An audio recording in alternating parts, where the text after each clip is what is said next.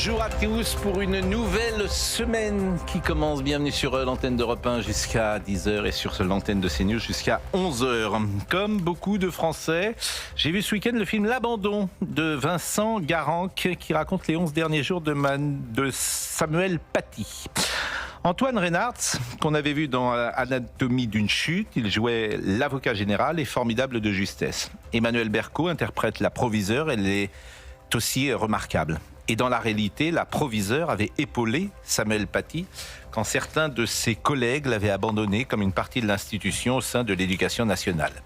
Le film n'a d'autre parti pris que montrer la réalité, l'engrenage, les lâchetés, les démissions des uns et des autres, le pas de vague.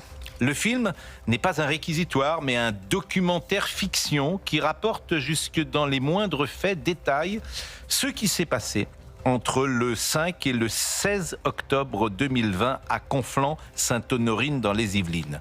Il n'y a aucune volonté, comme je l'ai lu ici ou là, de cibler l'islam. Au contraire, plusieurs parents, plusieurs enfants qui sont de religion musulmane ont apporté leur soutien à Samuel Paty après qu'il a montré aux élèves de sa classe les caricatures d'Allah et c'est montré dans le film.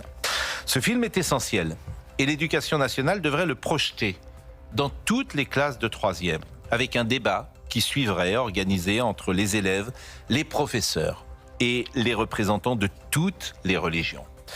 C'est sûrement important que Samuel Paty soit au Panthéon, mais ce serait encore plus utile que tous les collégiens de France voient l'abandon comme jadis on projetait dans les classes Nuit et brouillard d'Alain Resnais pour que les jeunes gens prennent conscience de la barbarie nazie et du sort qui fut réservé aux Juifs.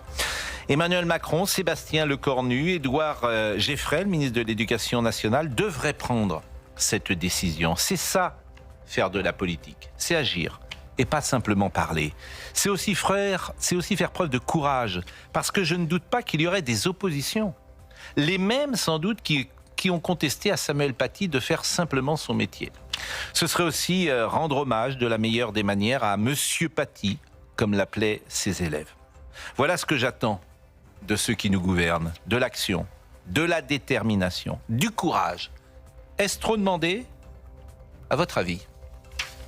Il est 9h et nous sommes avec Félicité Kindoki.